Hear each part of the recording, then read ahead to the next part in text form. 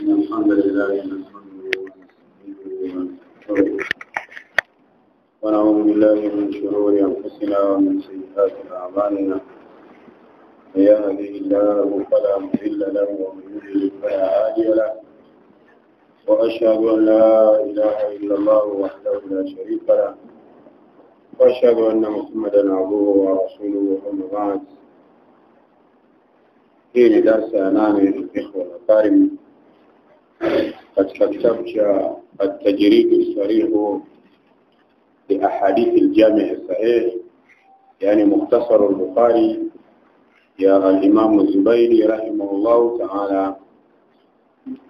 Bado tupo katika milango inayohusiana na masala ya imani na ahadithi nyingi zikionyesha matendo mbalimbali ni sehemu ya imani. Linatajwa tendo linathibitishwa kwamba hili ni katika imani. Qala al-Imam al-Bukhari rahimahullah ta'ala babu az-zakatu min al-Islam. Naam, leo tunaanzia hadithi ya 43 katika mukhtasar al-Bukhari chini ya anwani kutoa zaka ni katika imani. Az-zakatu min al-iman, kutoa zaka ni katika imani. Kitendo cha kutoa zaka ni katika imani.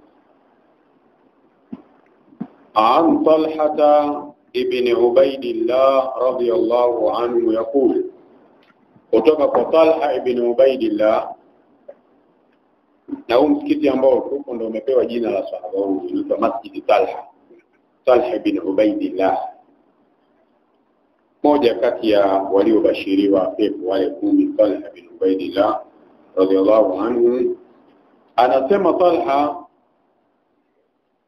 jaa rajulun ila rasulillahi sallallahu alayhi wasallam, alikuja bwana mmoja kwa mtume. Talha anahadithia alikuja bwana mmoja kuja kwa mtume sallallahu alayhi wasallam, min ahli Najd. Huyo bwana ni katika watu wa Najd. Asili ya neno Najd ni sehemu za juu, sehemu za mwinuko. Yaani kuna maeneo Saudia zamani yalikuwa yanajulikana kama Najd, ndiko alikotokea Muhammad ibn Abdul Wahhab rahimahullah ta'ala. Kwa hiyo alikuja bwana mmoja kwa mtume akitokea eneo la Najd. Sa'ira ar-ra's, amekuja aliyakuwa sa'ira ar-ra's, kichwa kipo timtimu. Kichwa kwa maana nywele zake timtimu, yani hajachana nywele, hajafanyaje, ni Arabi, anatoka huko mashambani na nini. Kwa hiyo amekuja sa'ira ar-ra's, aliyakuwa kichwa chake kipo timtimu, yani hajachana nywele. Asema Talha, wakati anaongea yule mtu, nasma'u dawiya sautihi, tunasikia, yani dawi wametafsiri shiddatu sauti wa bu'duhu fil hawa, ni ukali wa sauti na namna ambavyo inafika mbali hewani huko, yani muungurumo fulani bila kujua maneno yanayozungumzwa, ni unasikia makelele. Kwa hiyo nasma'u dawiya sauti, yule bwana wakati anaongea tukawa tunasikia muungurumo wa sauti yake, wala nafqahu ma yaqulu, lakini hatujui, la nafqahu la na'lamu, lianna al-fiqha lughatan al-fahm wal-ilm. La nafqahu ma yaqul, hatujui anachokisema, tunasikia ukali wa sauti yake, kile anachokisema hatujui anaongea nini. Hatta dana, wa maana dana qarb, ad-dunu al-qurb, mpaka akasogea karibu. Hatta dana, mpaka akasogea karibu, yani karibu na mtume sallallahu alaihi wasallam. Fa idha huwa yas'alu 'anil islam, tamati kumbe anaulizia Uislamu. anaulizia mambo mbalimbali ya Uislamu, kumbe ndicho ambacho alikuwa anaulizia. Faqala Rasulullah sallallahu alaihi wasallam, mtume akasema katika kumjibu, 5 salawatin fil yawmi wal layla. Unaulizia mambo ya Uislamu, jambo la kwanza swala 5. 5 salawatin, swala 5 fil yawmi wal layla, mchana na usiku. Kuna swala 5, nyingine zipo mchana, nyingine zipo usiku. Swala 5, haya ndio mambo khisalul Islam. Faqal, akasema yule mgeni kutoka Najdi baada ya kutajua swala 5, hal alayya ghayruha, je, ninalazimika juu? Kuna swala zingine ni juu yangu na lazimika, kuna zingine za lazima.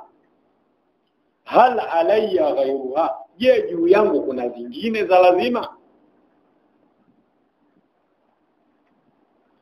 Qal, mtume akasema, la, hapana, illa an tatawwa, isipokuwa ukiamua kujitolea. Sali swala za sunna ukiamua wewe mwenyewe kujitolea usali sunna sawa. Ya lazima ni hizi 5. Hal alayya ghayruha, kuna nyingine za lazima juu yangu? Mtume akamwambia, la, hapana, illa an tatawwa, isipokuwa kama utaamua kujitolea kuswali sunna.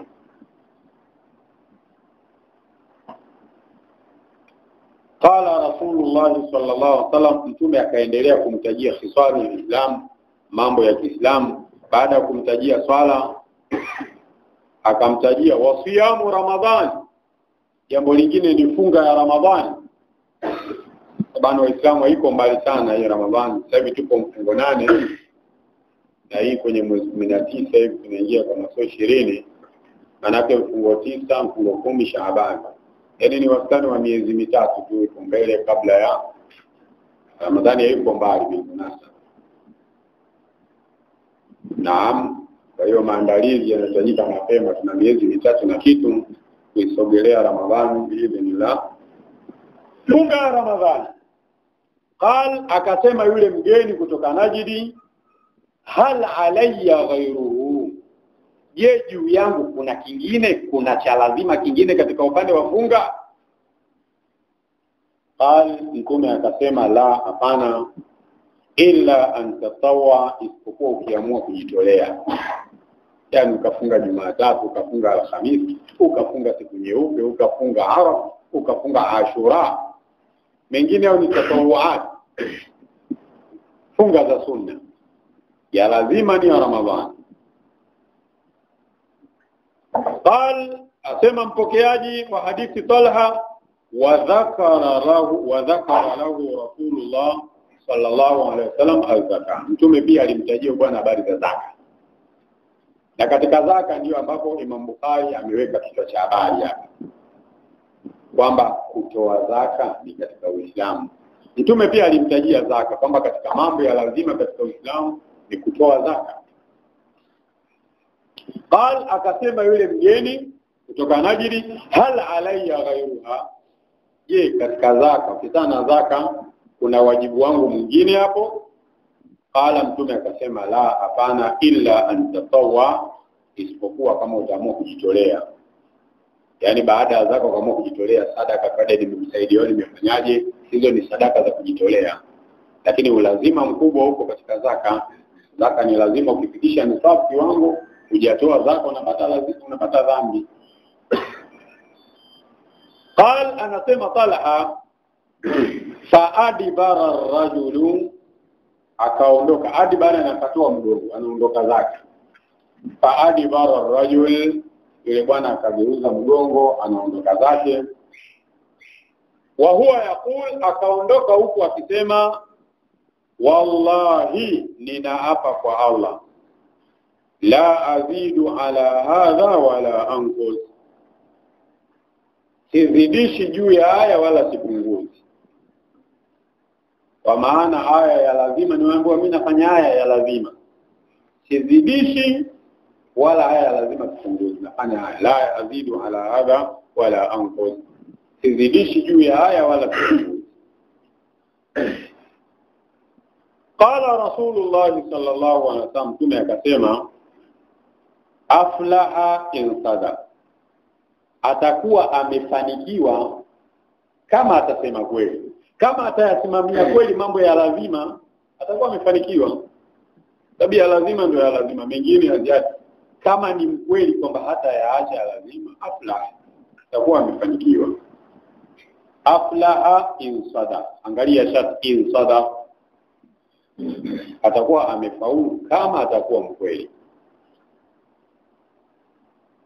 Sasa nini maana hii hadithi? Ina mafunzo mengi. Baadhi ya wanachuoni wamestadili hii hadithi kwa wameifanya dalili kwamba swala kama swala ya Idi si lazima. Wengine wanaona hivyo kwa sababu Mtume alimwambia swala 5, zingine ni kujitolea. Yaani kuna swala nzito kama ya kusuu, kukamatwa jua mwezi, wasome ingawa sema ni lazima. Wanaona si lazima, wanatumia dalili. Mtume alimtajia swala 5, alipoulizwa kuna nyingine lazima akasema hapana, isipokuwa kama tajitolea. Na wale wasomi wanaona lazima kama swala ya Idi, wanasema Mtume aliamrisha mpaka akina mama, mpaka wenye hedhi wote waende. Swala ambayo Mtume ameamrisha kwa uzito huu, uwezo ukasema ni ya sunna. Na swala kukamatwa jua au mwezi, Mtume alitoka na buruza nguo ameshika mkononi, alifadhaika kweli kweli, akaenda kule na kadhalika. Kwa uzito huu, vile vile katika masala ya funga na nini na kadhalika. Lakini tukija katika swala la msingi, huyu bwana maneno yake yanaonyesha yeye atashika vile vya lazima. Na Mtume akasema atafanikiwa kama ni mkweli. Haya maneno wala hayaashirii kwamba kuna umuhimu wote kuacha swala za sunna au funga za sunna. Lakini maneno yako sahihi kwamba wewe usiposwali swala sunna, usipofunga sunna, ukafunga faradhi peke yake, umetekeleza ulicholazimishwa. Ila wewe mwenyewe utakuwa umejiweka katika hatari fulani, kwa sababu faida ya swala za sunna, funga za sunna na mambo mengine ni pale ambapo katika faradhi kunakuwa kuna mapungufu, basi zile ibada za sunna kama funga zinajazia pale. Kwa kusema mimi sifungi sita, sifungi Jumatatu, mimi kwa maana Ramadhani nafunga Ramadhani, yalla umetekeleza cha wajibu, haudaiwi kitu. Lakini kwenye wajibu kukiwa kuna tatizo lolote, hauna cha kufidia. Kwa hiyo bado kuna umuhimu wa kujitahidi na swala za sunna, funga za sunna. Umuhimu huko, lakini ukweli ni kwamba alaumiwi mtu wewe mbona hujaswali baadia baada ya maghrib. Alaumiwi sababu hajaacha faradhi, lakini akiswali ameswali baadia, kablia ameswali hivi, amefunga sunna, anajiongezea thawabu, anajijengea mazingira mazuri zaidi ya kupendwa na Allah. Katika hadithi al-Qudsi, wama zala abdu yataqarrabu ilayya bin nawafil hatta uhibba, mja hata atakuwa anajisogeza kwangu kwa swala kwa mambo ya sunna mpaka ninampenda. Na nikimpenda kuntu sam'ahu alladhi yasma'u bi, na kuwa ndo sikio lake, na kuwa ndo jicho lake, ndo mkono wake, na msaidia katika mambo kadhaa. Kwa hiyo pamoja na mambo ya faradhi, watu waongeze juhudi katika mambo ya sunna mbalimbali. Huyo mbedui anaotoka mashambani sema mimi sizidishi sipunguzi. Mtume akasema afla, si anaenda kutekeleza faradhi ya ziachi, atafanikiwa kama atakuwa mkweli. Akiacha kidogo basi tatizo lipo. Idhan kutoa zaka, kusali sala 5, funga katika mambo ya imani. Hadithi haijataja mambo mengine ya lazima mengi, na wanachuoni wana majibu mengi. Mtume alikuwa anamwambia mtu kadiri ya mazingira yake, kadiri ya kipindi na kadhalika. Kwa hiyo kutokutajwa hiji hapa haina maana kama si lazima. Mtume amemwambia yale ambayo anaona huyu anaweza kwenda kuyatekeleza au kwa kipindi hichi yanamfaa. Kwa elimu inatolewa hivyo. Sasa mlango mwingine, babu ittiba'ul janaiz min al-iman. Kusindikiza maiti kwenda kuzika ni katika imani. Kitendo cha kwenda kuzika ni katika matendo ya imani. Babun ittiba'ul janaiz min al-iman. Kufuata maiti, kusindikiza maiti kwenda kuzika ni katika imani pia. Yaani usidharau kwenda kuzika, kwani kitendo hicho ni katika matendo ya imani. An Abi Hurairah radhiyallahu anhu anna Rasulullah sallallahu alaihi wasallam qala, mjumbe wa Allah amesema, man ittabaa janazata muslimin, yule ambaye atasindikiza maiti ya Muislamu kaenda kuzika, imanan wa imani, kwamba ni jambo la kiibada. Ina maana hajaenda pale aonekane kwamba fulani hajatokea na nini, ameenda kuzika imanan, kwa imani kwamba hii ni ibada, wahtisaban, na kwa kutaraji malipo kwamba hii ni faradhi kifaya, ni ibada, Allah hawezi kupoteza malipo yangu. Wa kana ma'ahu hatta yusalla alaiha, akawa yuko pamoja na yale mazishi, yuko pamoja na ile maiti mpaka inaswaliwa. Ina maana yuko pale katika tukio mpaka maiti inaswaliwa, bali riwaya nyingine hata yusalli ala, mpaka anaswalia. Na ndio makusudio kwamba faida zitakazotajwa kwamba yuko pale mpaka anaswalia. Wa yufragha min dafniha, yuko katika mazishi mpaka yanamalizwa mazishi, watu wanamaliza kuzika, yani mpaka wanamaliza kaburi kufukia na wanamaliza kuzika. Kwa yupo pale, maiti inaswaliwa mpaka watu wanamaliza kuzika. Huyu malipo yake, fa innahu yarji'u min al-ajri bi qiratayn, atarudi na malipo yenyewe atakayopata yanaitwa qiratayn, qirati mbili. Qirati mbili ni malipo gani? Kullu qiratin, kila qirati moja, mithlu Uhud, sawa na mlima wa Uhud.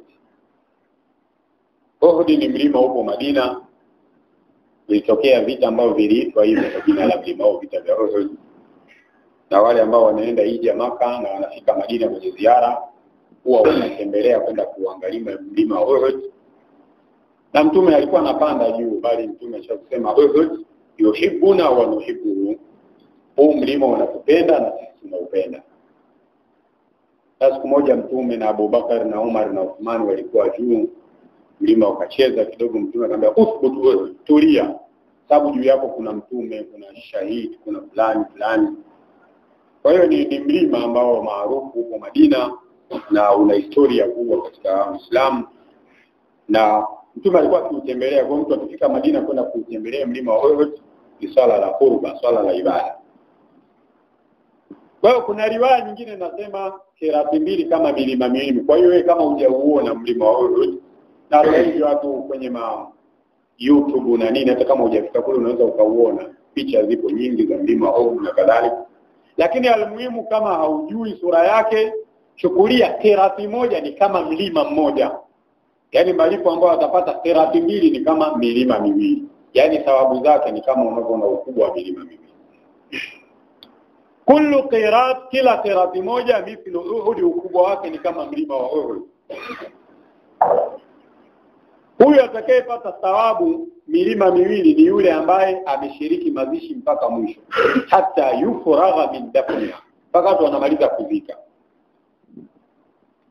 Wa man salla alaiha, na yule ambaye ataswalia maiti, ameshiriki mazishi akaswalia, thumma raja qabla an tudfan, kisha akarudi nyumbani au kazini kwake kabla maiti hajazikwa.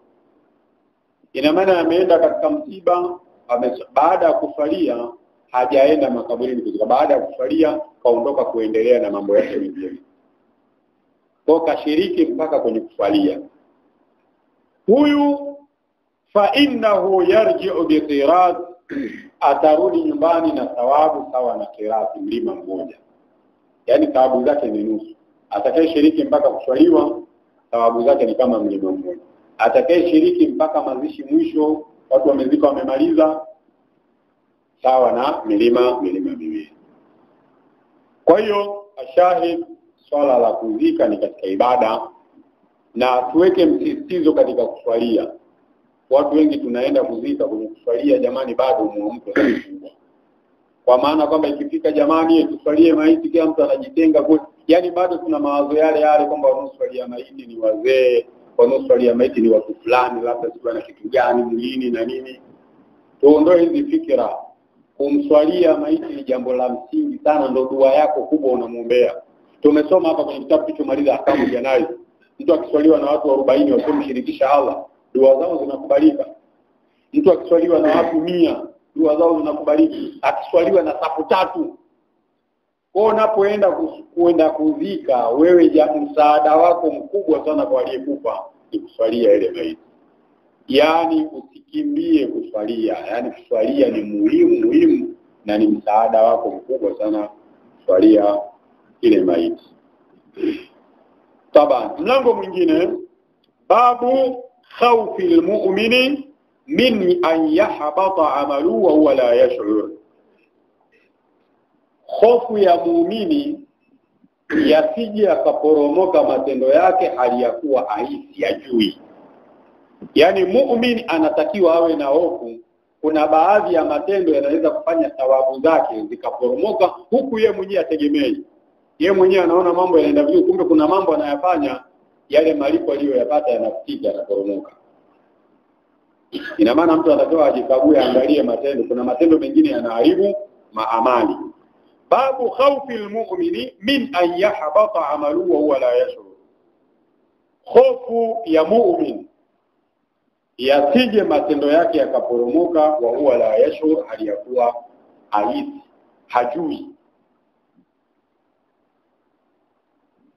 Chini ya anwani hiyo, ana Abdullah ibn Mas'ud radhiyallahu anhu, hadith kutoka kwa Ibn Mas'ud, anna an-nabiy sallallahu alayhi wasallam qala, mtume amesema, sibabul muslimi fusuqun, kumtukana muislamu ni uovu, wa qitaluhu kufrun, kupigana naye ni kufuru.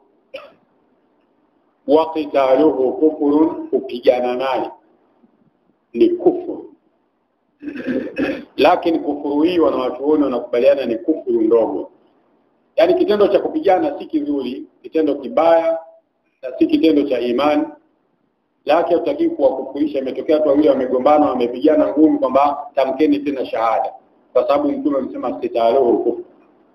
Sababu ipo aya nyingine, mtu ambaye amemuua Muislamu ndiye, kama kwa bahati mbaya, kwa nini Allah amewazungumzisha wale auliya damu, wale ndugu wa marehemu au ndugu aliyekufa, kaja faman rufiya lau min akhihi shay'un, yani akamwita yule ambaye aliyeua kama ni akhihi, ndugu yake. Yani wanasema wanatoni, ina maana kwa kosa lile bado hajatoka katika Uislamu, lakini ni kosa kubwa, ni hatari, madhambi. Bali mtume anasema mtu atakuwa yuko katika afya, bado ana nafasi ya kusamehewa muda wa kuwa hajaua nafsi ambayo haina hatia. Ina maana mtu akiua ile kosa alilofanya ni moja baya, yupo katika mazingira hatari sana ya kusamehewa. Fashahid wa qitalu kufrun, kumuua ni kufuru, ni kufuru, lakini kufuru duna al-kufru la. Hadithi ina maana masala kutukanana ni uovu, ni kinyume kabisa na imani inavyotaka. Masala ya kupigana ni kinyume kabisa na imani inavyotaka.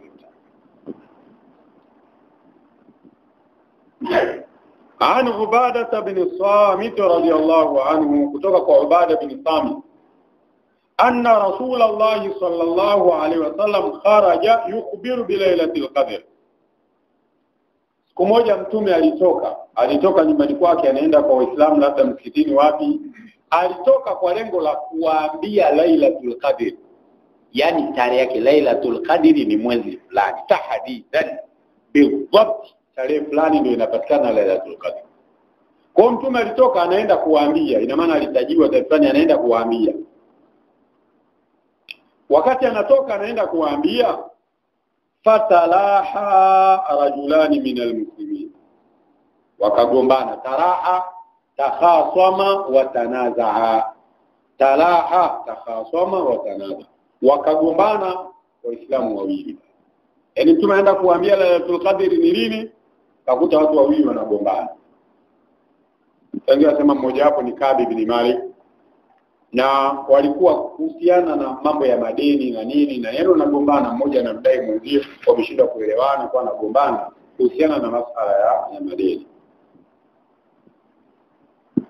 Faqal, mtume akasema, inni kharajtu liukhbirakum bi lailatul qadr.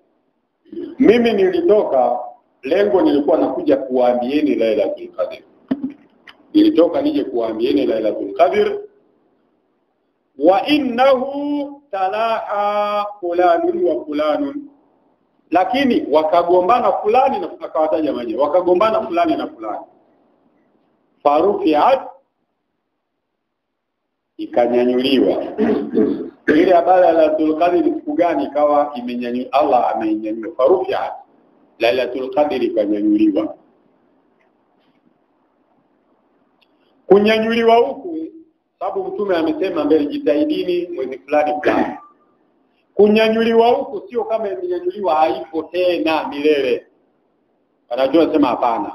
Sababu ingenyanyuliwa moja kwa moja mtume asingesema itafuteni katika mwezi 27, 29, 25, asingesema hivyo. Ina maana kilichonyanyuliwa ni ile tarehe mtume aliomba Abdullah kama kawaambie tarehe fulani. Kwa mtume kawaida ameondolewa kwa sababu ya ugonjwa wale waliogombana. Kapelekea kunyanyuliwa hivi. Kwa Lailatul Qadr ipo. Kilichonyanyuliwa ni ile kujua Abdullah exactly ni tarehe ngapi. Mambo 10 la mwisho wote tujipinde. Siku za wiki tujipinde. Kwa ile kwamba ni mwezi 23, ile tarehe yenyewe ndio iliyonyanyuliwa. Ila Qadr yenyewe ipo na kila Ramadhani inatokea.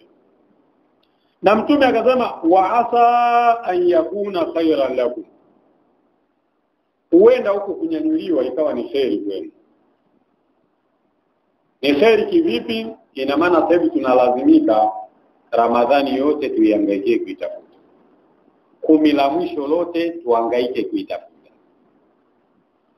Kwa hiyo ingekuwa tarehe inajulikana, ingekuwa kheri pia, kwa maana watu wangejua kuipata.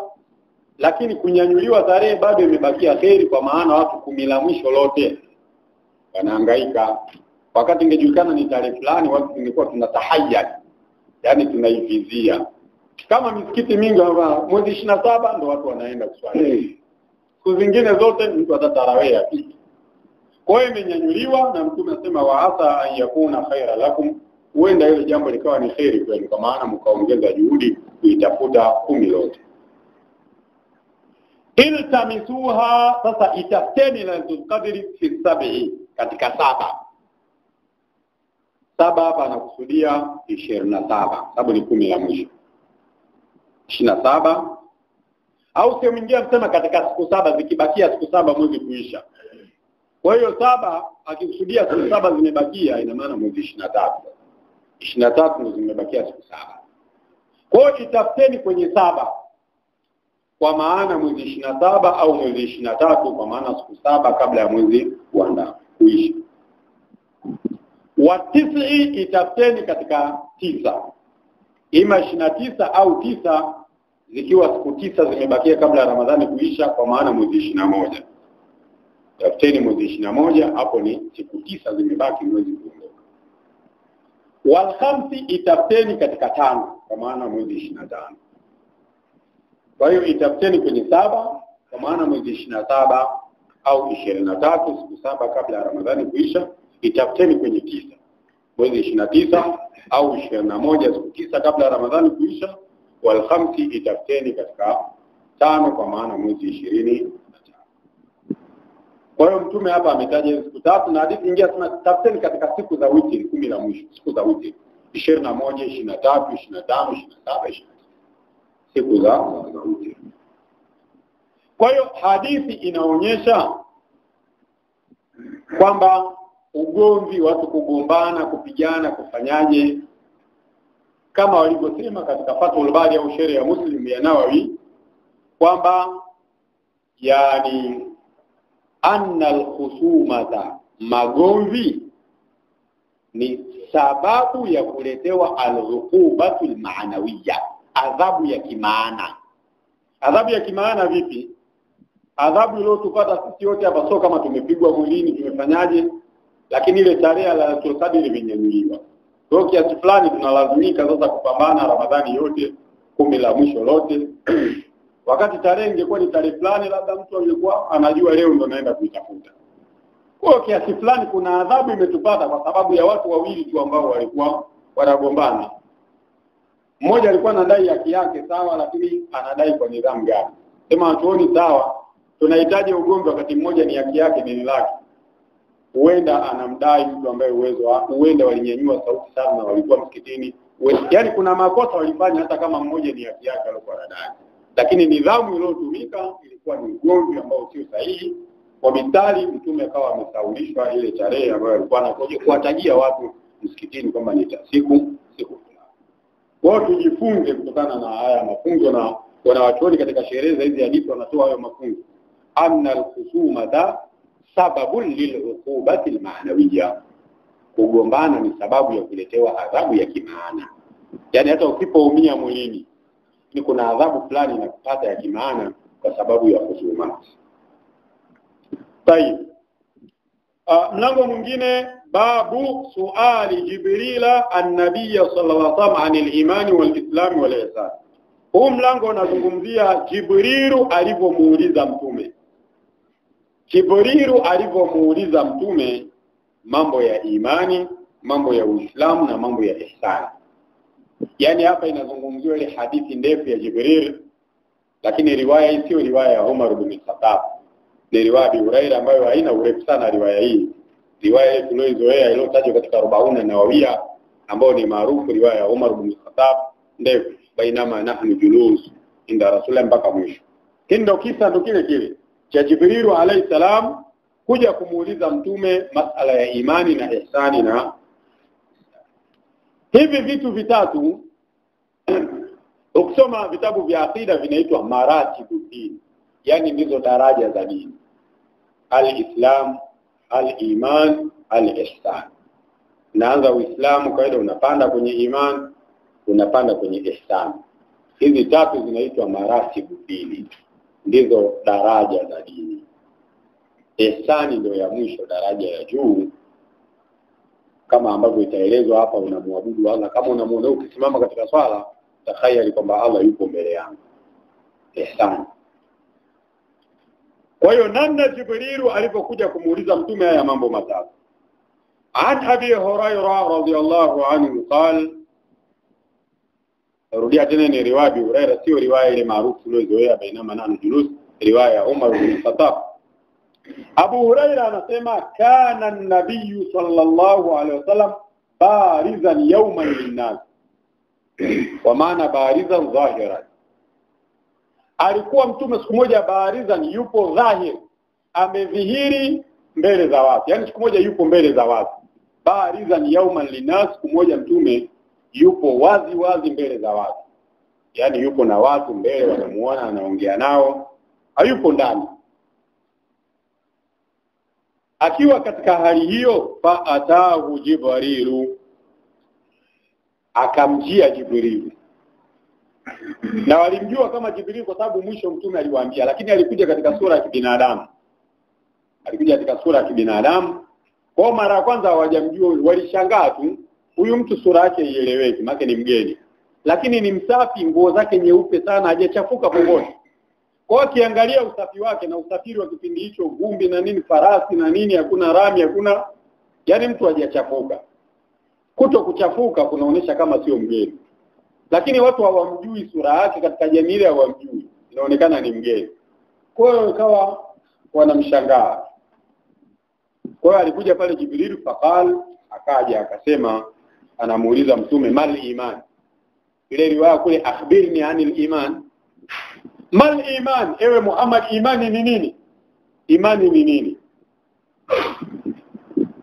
Qal, mtume akasema akielezea imani, antum al-imanu, imani antu'mina billah, kumwamini Allah, wa malaikati, kuamini malaika wake, wa kutubi, kuamini vitabu vyake, wa biliqa'i, kuamini kukutana kwake, kukutana naye, kwamba kuna kifo, kuna kufufuliwa, kuna kukutana na Allah. Wa biliqa'i, kuamini kukutana na Allah, wa rusuli, kuamini mitume ya Allah, wajumbe wa Allah. Allah kuna wajumbe amewatuma waje kutufikishia risala, ujumbe. Wa tu'mina bil ba'th, na kuamini kufufuliwa. Hiyo ndio imani. Na katika riwaya ile ya Umar radhiallahu anhu, masahaba akasema fa'ajibna lahu yasalu wa yusaddiqu. Tukamshangaa anauliza swali alafu akijibiwa asema sadaka, umesema kweli. Yani maana ya kuuliza ajui, inakujaje akijibiwa anasema sawa sawa, umesema kweli. Haya maneno maana yake jibu alikuwa analijua. Sasa huko anauliza maswali, akijibiwa anasema kweli kweli sadaka. Hicho kitu kiliwashangaza maswahaba, kama muulizaji huyu ni vipi? Anauliza hapo akijibiwa anasema jibu sawa sawa sadaka sadaka. Kwa hiyo akauliza mali Islam. Katika ile riwaya alianza kuuliza Uislamu kabla ya imani, hapa imetanguliza imani kabla ya Uislamu. Almuhimu maswali aliuliza. Mali Islam, aya Uislamu ni nini? Mtume akajibu al-Islamu, Uislamu an ta'budu Allah, kumwabudu Allah, wala tushrika bihi, na kutokumshirikisha. Umwabudu Allah usimshirikishe. Yani jamani, maneno haya kumwabudu Allah bila kumshirikisha ndiyo maana la ilaha illa Allah. Yani hapa mtume ametafsiri nini maana la ilaha illa Allah: kumwabudu Allah na usimshirikishe. Maana la ilaha, kutokumshirikisha, illa Allah, kumwabudu Allah, an-nafi wal ithbat. Kwa hiyo Uislamu, mtume kwa riwaya hii ilivyoelezwa, antaabudu Allah, kumwabudu Allah, wala tushrika bihi, bila kumshirikisha. Uislamu pia watuqima sala, kusimamisha sala, watuaddi zakata al-mafruḍa, na kutoa zaka ya faradhi, kutoa zaka ya lazima. Zaka ya mifugo, zaka ya biashara, zaka ya madini, zaka ya dhahabu na fedha ndio za madini, sio masala ya rikaz, zaka hububu wa timari, nafaka, mavuno na nini, zaka ya wanyama, kitu kama hivyo. Kwa utoe zaka ya lazima. Watasuma Ramadhana, na Uislamu kufunga Ramadhani. Sahihi. Mara nyingi sana hija, sehemu nyingi hija hitaji, hiyo hija imechelewa sana kufaradhishwa. Hija kwa kauli raji imefaradhishwa huko kwenye mwaka wa 8 hivi. Ala rajih, mwaka wa 9 mtume ya kuenda katika hija alikuwa bize amul wufudi, wajumbe mbalimbali walikuwa wanakuja kwa mtume kujifundisha dini baada ya amani kupatikana, baada ya sulhul Hudaybiyah, mkataba wa kusimamisha vita. Watu wengi wakasilimu sababu mazingira yalikuwa amani imetawala. Watu wengi wakawa wanaweza kusafiri za njiani kuja kwa mtume kujifunza dini. Baada ilipofaradhishwa hija mwaka ule mtume akuenda, kamtuma Abubakar kwenda kuongoza hija, na mwaka wa 10 mtume ndo akaenda katika hajjatul wadaa. Kwa hiyo ndo kajiona mbona hija hitaji sana, hata kwa yule mbedui aliyokuja kuuliza hajaambiwa habari za hija hata hapa katika riwaya hii. Kwa miongoni mwa sababu ni hivyo, ukiachana na kwamba inahusu wenye uwezo, lakini pia hata kufaradhishwa kwake kumekuwa ni mwisho fulani, muda mchache, miaka michache kabla ya kifo cha mtume sallallahu alaihi wasallam. Wa ila ulazima wake upo pale pale. Qal yule Jibril, ambapo hapo yupo katika sura ya binadamu, na mara nyingi alikuwa anafanana na Dihya al-Kalbi, mara nyingi alikuwa akifanisha na huyo. Akauliza tena mal ihsanu, ihsani ni nini? Qal, mtume akasema akielezea ihsan, an ta'budu Allah ka'annaka tara, ni kumwabudu Allah kana kwamba unamuona. Kumwabudu kana kwamba unamuona yule bali. Fa in lam takun tara, ukiwa humuoni, yani kama wewe humuoni, fa innahu yaraka, basi ujue yeye anakuona. Hiyo ndio ihsan. Kwanza ujenge picha kana kwamba mimi nimesimamiwa hapa na Allah, na swali Allah mwenye swala yake amenisimamia. Na mtume amesema hivyo, mtu labda anataka kutema mate asiteme mbele au kulia, asiteme mbele, kwa sababu yunaji Rabba, anaongea na Mola wake. Aseme kushoto au wapi, asiteme mbele. Aina yunaji. Kwa unaposwali utakhayari kwamba Allah mwenye swala yake ananisimamia, yuko na nini. Na hiyo ndio ihsan. katika ibada mbalimbali. Anta'budallah ka'annaka tara, unapotoa zaka unatoa vitu vibaya na nini, vitu vimeharibika, mathalan zaka ya mazao yaliyoharibika ndio unatoa. Yani ibada yoyote unapofanya basi utahayari kwamba Allah ananiona. Fa illa mtakun tara, kama umuoni fa inau yaraka, yeye ujue anakuona. Qal, akasema yule muulizaji ili huwa Jibril, mata saa, kiyama ni lini? Swali la 4, mata saa, kiyama ni lini? Kiyama kitatokea lini? Baada uliza tarehe ya kiyama. Qal, mtume akasema mal mas'ulu anha bi'alama min as-sa'il, hakuwa muulizwaji kuhusu kiyama anajua zaidi kumshinda muulizaji. Haya maneno nasema tu ni maana yake mimi na wewe elimu yetu sasa kusikia wote hatujui tarehe ya kiyama ni lini. Hiyo ila rabbika muntaha, kikomo cha kujua hivyo kwa Allah tu, Allah peke yake ndiye anajua kiyama ni lini. Kwa mtume akasema mal mas'ulu anha, sikuwa mimi mwenye kuulizwa habari za kiyama bi'alama, ninajua minasali kumshinda muulizaji. Yani sio wote tupo sawa sawa mimi na wewe. Kiyama anayejua ni Allah pekee. Na kuna mtu alimuuliza mtume bimata saa, kiyama lini? Mtume akamwambia madha aadatala, wewe umeandaa nini? Swala hapa sio kujua tarehe, swala ni kwamba maandalizi yako wewe ya kiyama umefanya maandalizi gani. Kwa muhimu ni kujiandaa na fanya maandalizi kila siku. Baadaye mtume baada ya kuelezea kwamba yeye ajui bidhabt tarehe ya kiyama, wasa ukhbiruka an ashratiha, nitakuelezea alama zake. Kiyama sijui ni lini, nitakuelezea dalili tu za kiyama, iliona hili hakiko mbali, lakini tarehe binafsi bidhabt, lakini dalili zake nazijua. Kwa hiyo ashrat ni alamat, amarat, dalili za kiyama. Wasa ukhbiruka an ashratiha, nitakuelezea dalili zake, alama zake. Alama mojawapo, idha waladatil amatu rabbaha,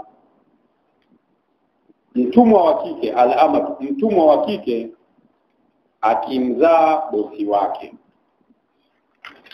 akimzaa bwana wake. Yani mtumwa amemzaa bwana, amemzaa bosi wake anumiliki. Likitokea hilo, hiyo ni alama hiyo. Idha waladatil amatu rabbaha, pale ambapo mtumwa wa kike nafikia anomzaa anakuja kummiliki huyu mama. Yani mtoto anakuja kuwa yeye ndio bosi, anammiliki mama, anammiliki huyu mtumwa wa kike. Na kwenye tafsiri haya maneno kuna maneno mengi ya wanawachuoni. Wengine wanasema masala utumwa huko mwisho karibu na kiyama yatakuwa mengi na itakuwa ni vurugu kiasi ambacho mtu mpaka anamnunua mama yake, ajui kama ni mama yake, anamnunua kama mtumwa, anamtumikisha, ni kumbe yule ndio aliyomzaa. Na haya mambo na hizi tabia mara hivi na nini, mama amemtupa mtoto na nini, mambo ambayo yanaweza kutokea haya kama ilibashiri mtume. Leo mama amemzaa mtoto kamtupa kwenye mfuko huko, na mtoto kaokotwa kalelewa na nini, baadaye mtoto anakuja kwa hivi na hivi, mama anapita anaomba nini kazi, anakuja kutumikishwa nini, kumbe yule ni mtoto wake amemzaa mwenyewe kamtupa kwenye majani. Na tafsiri ya karibu zaidi, wasomi wengine wanasema maneno haya ili ni fumbo, maana yake ni akina mama watakuwa waheshimu, watoto watakuwa waheshimu akina mama. Kwa hiyo mtoto itakuwa mama anamchukulia kama mtumwa, yeye mtoto anachukulia kama ndio sayyidi, yeye ndio bosi anaomiliki mtumwa. Na hili ni jambo ambalo kila mmoja analijua kama lipo. Hivyo watoto wengi wamekuwa heshima zao kwa wazazi ni ndogo. Mtu anamfokea mama yake, anamtukana, mwingine mpaka anamkaba. Niona sijui lini huko Dodoma wapi, miezi iliyopita kama sani ngapi, kijana tena wa form 3 sijui nini, yuko na wauni wenzake, amemkaba mama, mnyang'anya hela. Mama yake mzazi anamkaba na roba njiani. Kwa hiyo ni vitu ambavyo vipo, na haya ni mambo ya kusitisha, ni katika dalili za kiyama, kuwadharau wazazi. Mzazi ni mzazi, mama ni mama, baba ni baba. Hata kama umemzidi kwenye pesa, hata kama wewe ni bosi na nini, yule ndo amekuzaa, amekuweka tumboni, unapaswa umheshimu. Kwa miongoni mwa dalili za kiyama, idha waladatil amatu rabbaha, ikifikia kijakazi mtumwa anamzaa wanawake. Dalili nyingine, wa idha tatawala ru'atul ibli albuhumu fil bunyani, na pindi wakianza kushindana ru'atul ibli, wachungangamia. Albuhumu, sasa nisikilize kwenye buhumu. Buhumu kwanza maana yake ni weusi. Buhumu ni jamu ya abhamu. Abhamu ni mweusi, kama ni mnyama, abhamu mweusi. Hili neno buhumu, kwa mfano hapa katika kitabu lilivyokuja kwa dhuma, ni sifa ya ru'atu, kwa maana wachungaji ngamia ambao ni weusi wakishindana kwenye kunyanyua majengo marefu marefu. Kwa albuhumu kwa dhuma ina maana wachungaji weusi, yani inarudi kwa hao watu. Na inasomeka pia ru'atul ibli albuhumi kwa kasra. Kwa hiyo wachungaji wa ngamia weusi. Yani kusoma kwa kasra, hiyo sifa ya weusi inarudi kwa ngamia. Na ngamia weusi ni mali ambayo ilikuwa haithaminiki. Ngamia wekundu ndo walikuwa wanaheshimika, ndo mali ya kifahari. Ngamia mwekundu ndo mali ghali. Ngamia mweusi thamani yake ndogo. Kwa hiyo tafsiri sasa, wa idha tatawala ru'atul ibli albuhum, wakishindana fil bunyani, wakishindana wachungangamia, wachungaji weusi wakishindana kwenye majengo, kurafisha majengo marefu, au wakishindana wenye ngamia weusi wakashindana kwenye kunyanyua majengo. Hiyo ni dalili ya kiyama pia. Kwa maana wale wachungaji wa mashambani wasiokuwa na mali, wasiokuwa na thamani na nini, watu wanawadharau ikiwa wao ndio wanaporomosha majengo marefu marefu. Watu huyu amepiga moja, wamepiga ngapi, ifikia hali hiyo, ni miongoni mwa dalili za kiyama pia. Baadaye Mtume akasema katika kuonesha hakuna anojua kiyama kinatokea lini, bali zimetajwa dalili tu. Baadaye Mtume akasema habari za kiyama kinatokea lini, fi khamsin, habari za kiyama ni katika mambo matano, la ya'lamuhunna illa Allah, hayajui isipokuwa Allah pekee yake. Kiyama tarehe ngapi kinatokea? Fi khamsin, hilo ni moja kati ya mambo matano, la ya'lamuhunna illa Allah, hayajui isipokuwa Allah. Baadaye Mtume akasoma aya ambayo imetaja hayo mambo matano. Thumma tala an-nabii sallallahu alaihi wasallam, kisha Mtume akaisoma hiyo aya katika sura Luqman, inna Allaha indahu ilmu saa wa yunazzilu al-ghayth wa ya'lamu ma fil arham wa ma tadri nafsun madha taksibu ghada wa ma tadri nafsun bi ayyi ardhin tamut. Allah elimu ya kiyama anayo yeye peke yake. Wa yunazzilu al-ghayth, Allah ndo anateremsha mvua. Allah ndo anajua mvua itakuja lini. Wale wa mamlaka ya hewa nini wanatoa masikio, matarajio yetu kesho kwa pwani itakuwa hivi, upepo hivi mikoa fulani, matarajio yetu. Siku nyingine inatokea hivyo, siku nyingine inatokea tofauti, na wenyewe wanaongea lugha kuonesha hatuna uhakika matazamio yetu, matarajio yetu, kama ambavyo tunaona katika taarifa habari ya hali ya hewa. Kwa hiyo anojua bidhabti 100% ni Allah pekee yake. Wanadamu wanaangalia katika satellite na hichi, jamani upepo unaweza ukaja hivi, watu wa bahari muwe makini hivi, mvua inaweza ikanyesha sehemu fulani, watu wa mabondeni mfanye hivi, mategemeo yetu, matarajio yetu. Kwa hiyo Allah ndo anajua mvua bidhabti inakuja lini, nazilu ghaib wa ya'lamu ma fil arham, na Allah ndo anajua katika matumbo ya kina mama kuna nini. Hapa napo kuna shubha, watu siku hizi ultrasound wanaambiwa mpaka jinsia ya mtoto na nini.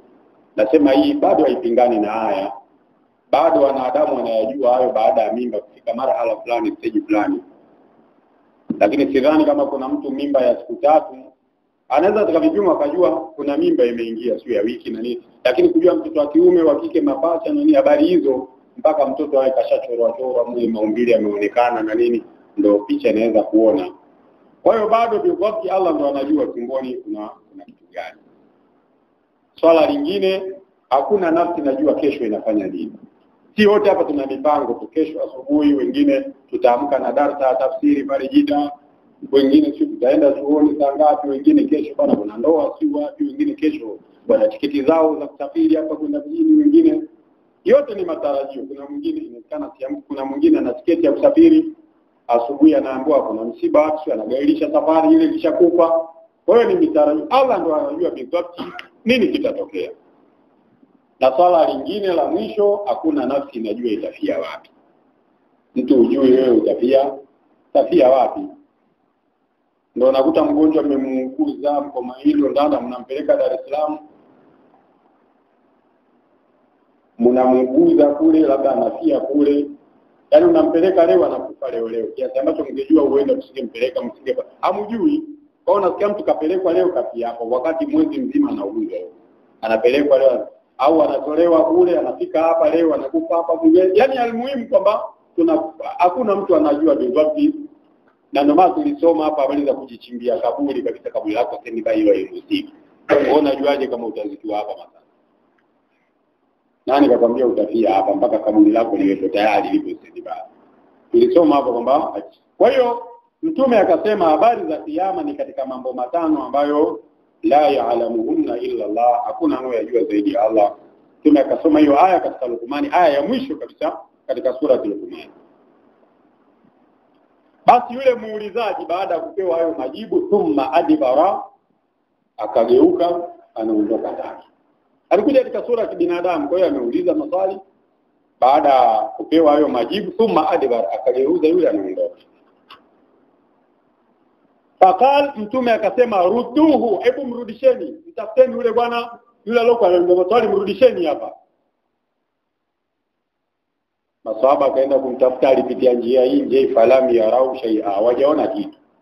Yaani malaika kapotea zake. Kwa amemtafuta aliingilia hapa, wamerudisha ripoti, hakuna tuliomuona yule bwana, sijamuona tena. Falami ya rau shay'a, hawajaona chochote hivyo mtafuta. Fakal, baadaye Mtume akawaambia maswahaba, hadha Jibrilu, huyu aliyekuja kuuliza maswali ni Jibril. Yule bwana sio binadamu, ni malaika. Yule ni Jibril. Jaa yuallimu an-nasa dinahum, amekuja kuwafundisha watu dini yao. Yaani kile kitendo cha kuuliza maswali, amekufundisheni nyinyi dini. Yeye alikuwa anajua, kwa hiyo anauliza elimu mpate dini. Walidhalika tunaulizana hapa maswali, sio kila swali takaloulizwa. Kuna maswali mengine yenyewe mtu asema, kwa mfano mtu amekaa na mke wake katokea hivi, usihukumu moja kwa moja yule muulizaji ndio imemtokea yeye. Na mwingine mtu anauliza ujumbe wapate watu wengine na nini. Yaani ni sehemu ya taaluma pia, kwamba inawezekana unataka fulani umfikie ujumbe fulani, ukauliza swali jibu likamnufaisha fulani. Jibril ndo alichofanya, na Mtume ameita kitendo hicho ni kufundisha, ni elimu pia.